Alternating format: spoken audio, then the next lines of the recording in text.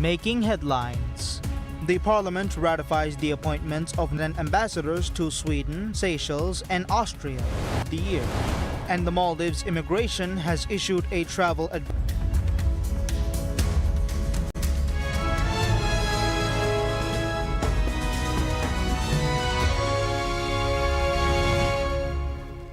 Bismillahirrahmanirrahim. Assalamu alaikum and welcome to PSM News in English with me, Idham Naim. President Dr. Mohammad Moises' ratification of the amendment to the Maldives Immigration Act banning entry of Israeli passports into the Maldives has drawn significant international media attention and widespread praise. The third amendment to the Immigration Act was ratified on Tuesday following its passage by the Parliament at its 20th sitting of the first session of the year.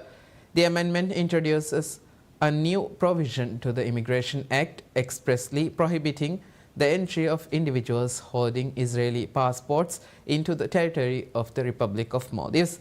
The ratification reflects the government's firm stance in response to the continuing atrocities and ongoing acts of genocide committed by Israel against the Palestinian people.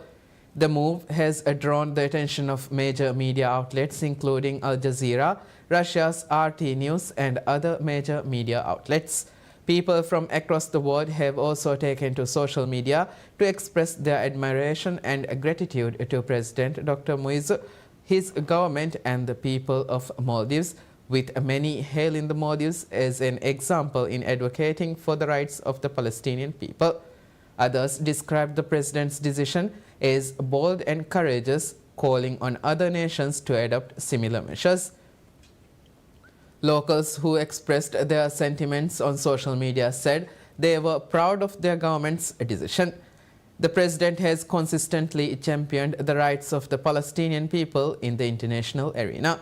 He has strongly condemned Israel's inhumane actions and spoken out in favor of the Palestinian people in all international forums he has participated in so far. The Maldives is also participating in ongoing legal cases filed against Israel in international courts.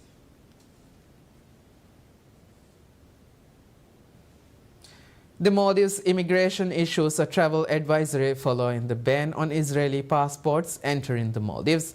President Dr. Mohammad Moises' ratification of the amendment to the Maldives Immigration Act on Tuesday banned the entry of Israeli passports into the Maldives with immediate effect.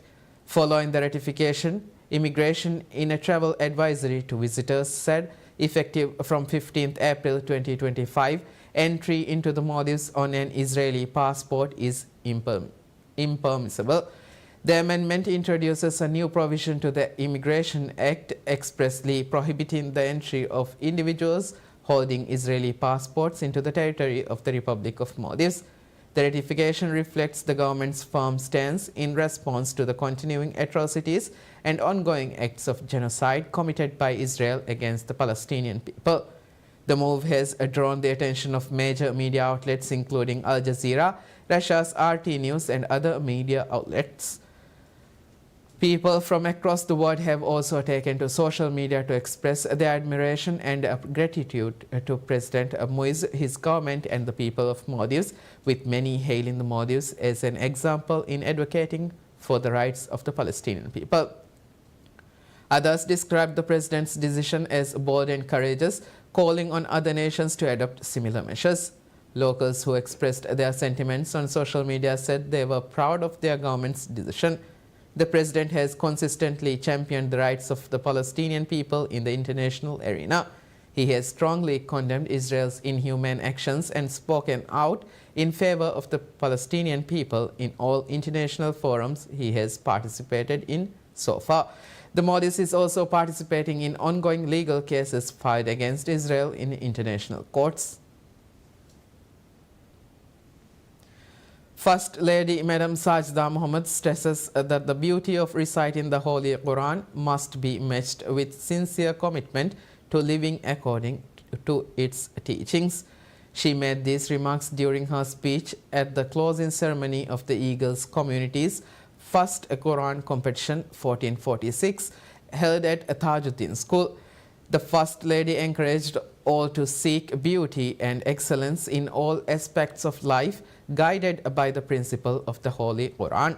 She noted that embracing such conduct would bring positive changes not only to individuals' lives but to the nation as a whole. She also acknowledged the growing number of Quran recitation competitions, calling it a hopeful and a positive development.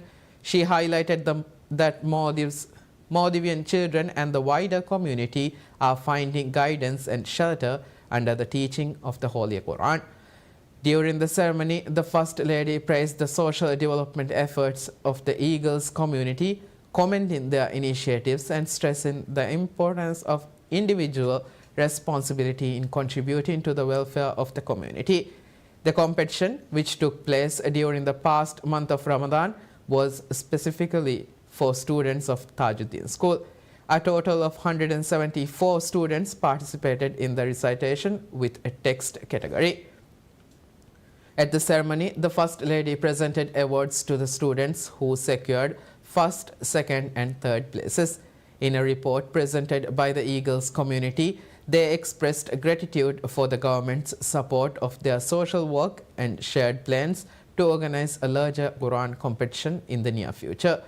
This will include categories for recitation with text, recitation without text, and one specifically for Hafiz. The Parliament ratifies the appointments of non-resident ambassadors to Sweden, Seychelles and Austria following a review by the Foreign Relations Committee and a legislative vote. The nominations submitted by President Dr. Mohamed Moise required parliamentary approval, a procedural step in the diplomatic framework. Among those approved is Aishat Shan Shakir, the Maldivian ambassador to Germany, who will now also serve as the non-resident ambassador to Sweden. Masood Imad, currently the High Commissioner to Sri Lanka, has been entrusted with additional responsibilities as the non-resident High Commissioner to Seychelles. Similarly, Dr. Salma Rashid, the Maldives permanent representative to the United Nations office in Geneva, will expand her diplomatic portfolio to include Austria. Parliament ratified the appointments of these non-resident ambassadors in a vote that secured the backing of 71 members. The Parliament confirms the appointment of Mohammad Mujtaz to the Civil Service Commission CSC. This decision follows a review by the Parliamentary Committee on Independent Institutions, which assessed the nomination submitted by President Dr. Mohamed Moise and endorsed Mujtaz for the role. The vacancy within the CSC arose on 11th March, triggered by the resignation of Ibrahim Rashid. His departure came amid proceedings initiated by the same parliamentary committee, which had sought his removal over allegations of irregularities in employee recruitment and other misconducts. Following Rashid's resignation, the President's office announced the opening for applications to the Commission on 12th March.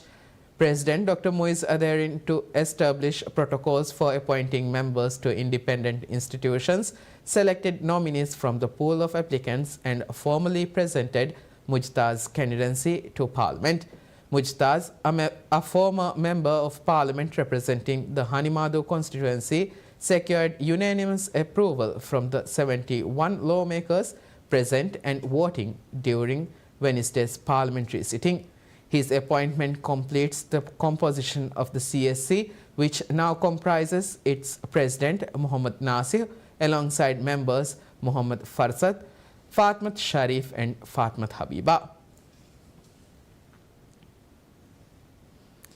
Minister of Transport and Civil Aviation Mohammad Amin departs to Doha to participate in the high-level ministerial segment of the 2025 ICAO Facilitation Conference FALC 2025, convened by the International Civil Aviation Organization ICAO. The gathering, set in Qatar's capital, runs from 14th to 17th April, bringing together aviation leaders and policymakers. Its final day will feature the high-level ministerial segment, a forum where top officials assess pressing developments in air transport facilitation. Framing the event as an essential platform for international cooperation, ICAO stated that delegates would examine strategies to ensure the industry remains resilient amid technological shift and evolving market demands. Under the theme Facilitating the Future of Air Transport, discussions will center on enhancing cooperation, improving efficiency, and fostering inclusivity in global aviation. As governments and industry leaders navigate rapid changes, ICAO has stated that emphasis will be placed on refining policies that promote seamless cross-border mobility. A focal point of the conference is the ministerial segment, where policymakers will exchange perspectives on aviation's role in economic expansion and international connectivity. The agenda, according to ICAO, includes deliberations on initiatives designed to reinforce accessibility and efficiency within the global air transport network. One of the key outcomes expected from the conference is the Doha Declaration on Facilitation of International Air Transport 2025, a resolution outlining measures aimed at advancing industry development and fortifying the sector's long-term stability. Minister Amin is slated to address the ministerial segment, joining counterparts from ICAO member states in high-level discussions set to shape policies addressing emerging challenges in global aviation. Ministry of Finance and Planning figures shows that Maldives has continued to maintain its budget surplus well past the first quarter of the year. According to the ministry's weekly fiscal development figures, Maldives recorded $726.3 million USD as of 10th April, with a total state expenditure of $590.1 million USD during the period. The revenue figures of the first 12 weeks of the year is 4.6% more than the $693.9 million earned during the same period last year. Tourism GST was the biggest contributor to state revenue so far this year with $233.5 million, which is $32.4 million more than the TGST revenue generated last year. Green tax revenue was second with $36.1 million, which marks an increase of $14.9 million in comparison to the same period of 2024. The figures also showed a slight increase in Sovereign Development Fund SDF deposits so far this year with $28.3 million US. SDF deposits by 10th of April of 2024 totaled $22.2 million. Cumulative expenditure for the period stood at $583.7 million, while the figures in 2024 was $765.2 million. The considerable decrease came after the government spent more on debt servicing costs in comparison to the same period last year. As of 10th of April, the government spent $155.6 million in loan repayment compared to the $55 million last year.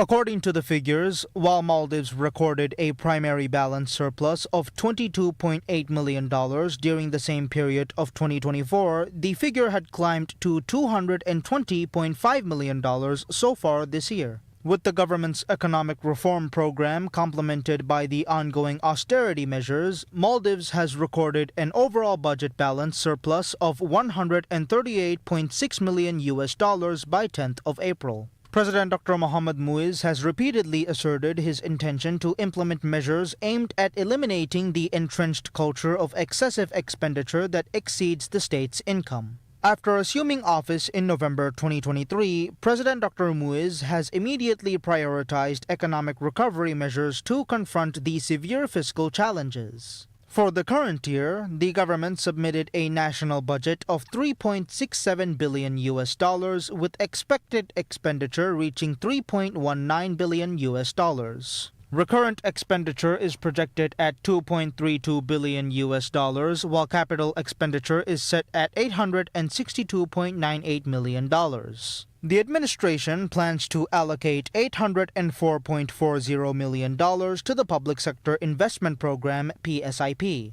Additionally, the government anticipates generating a total income of $2.57 billion US, including foreign aid. Maldives Marketing and Public Relations Corporation (MMPRC) has announced the appointment of Robert Fly Navarro, internationally acclaimed sport fishing expert and a founder of Fly Zone Fishing, as the official global ambassador for Maldives sport fishing tourism. According to the MMPRC, this partnership highlights the Maldives' rising profile as a top-tier destination for anglers worldwide. Fly Navarro brings over 30 years of experience in the sport fishing industry, having traveled to 6 continents and participated in some of the most prestigious tournaments across the globe. As founder of Fly Zone Fishing and co-creator of the Blue Marlin World Cup, the only global blue marlin tournament, Navarro has consistently demonstrated a unique ability to unite anglers and audiences through innovative media and event production. To kick off this collaboration, Fly Navarro will travel to the Maldives to attend and support the Burunuboma Global Sport Fishing Tournament, taking place from the 2nd to the 4th of May. The tournament will bring together Maldives, targeting species such as marlin, sailfish, and other big game fish. Fly Navarro will also work closely with local partners to promote best practices in responsible fishing. As global ambassador, Fly Navarro will help elevate the visibility of the Maldives in the sport fishing and maritime tourism industries through strategic media outreach, international partnerships, and on-the-ground initiatives, MMPRC said, adding that his appointment marks a pivotal moment in the Maldives' mission to become a global leader in sustainable sport fishing tourism.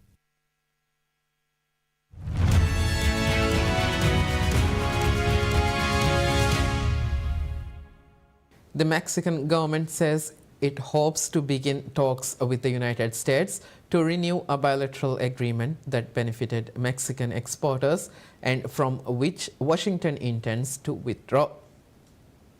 The U.S. Department of Commerce announced on Monday, April 14th, that it will terminate the 1996 suspension agreement last renewed in 2019 regulating Mexican tomato exports to the U.S., arguing that this will allow U.S. producers to compete fairly. The renegotiated suspension agreement sought to prevent U.S. anti-dumping duties on Mexican tomatoes contingent on compliance with specified pricing and trade regulations. A pullout by the U.S. would entail paying duties of approximately 20% that would increase the price of goods. Mexican Agriculture Minister Julio Verdeguer said in a Tuesday morning news conference that the U.S. did not send the notice about the potential price increase to the Mexican government, but rather to tomato exporters. Verdeguer said that 90% of the tomatoes that Mexico exports go to of tomatoes abroad last year. In the first 2 months of 2025 alone, the country exported $631.3 million worth of vegetables, almost all of which went to the U.S. market.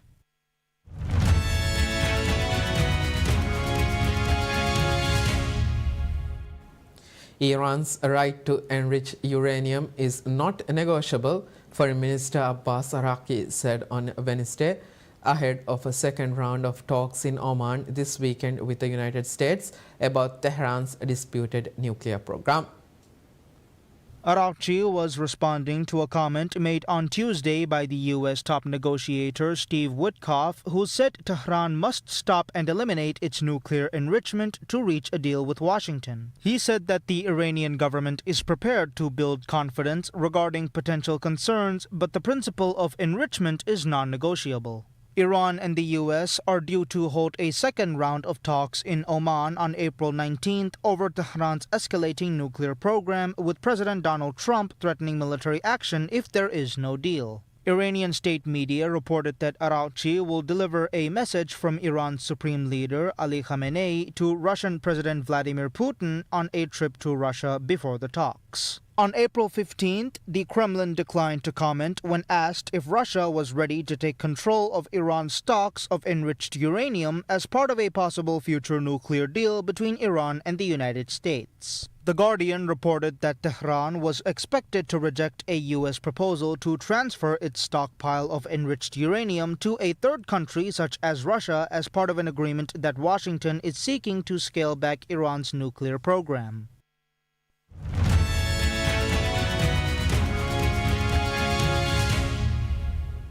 World Series champions Los Angeles Dodgers will host Olympic baseball in 2028, while surfers will hope to ride the waves to the podium in San Clemente. It was announced on April 15th as organizers unveiled an array of venues for the Los Angeles Games.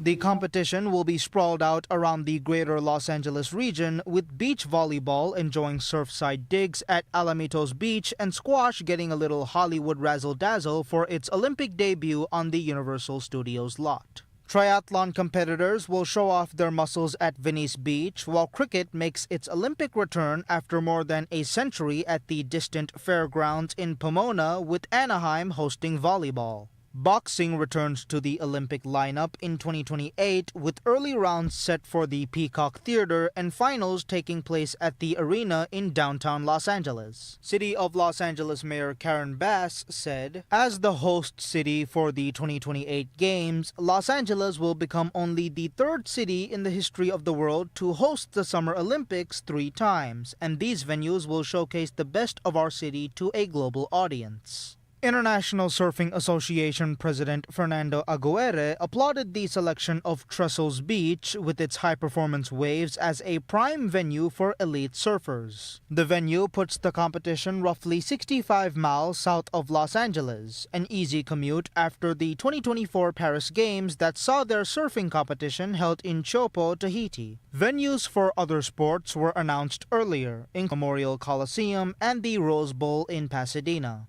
The Games will take place between July 14 to 30, 2028.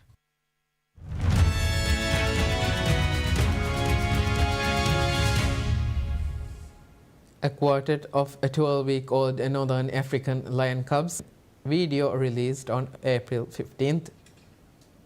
The cubs, who were born in January as part of the European Endangered Species Program, EEP, have had their first health check, allowing keepers to confirm they are 3 females and 1 male. Sarah McGregor, section manager of the Predators team at Whipsnade Zoo, said, "The lion cubs' first health check is an exciting milestone, and we are delighted that all 4 are doing well." Keepers at the zoo are now asking for the public's help in naming the youngest litter of cubs. Classified by the International Union for Conservation of Nature, Northern African lions, Whipsnade say, are declining. Since becoming home to lioness Waka and Winta and lion Malik in 2023 and the new arrivals, the zoo now has a pride of 10 Northern African lions.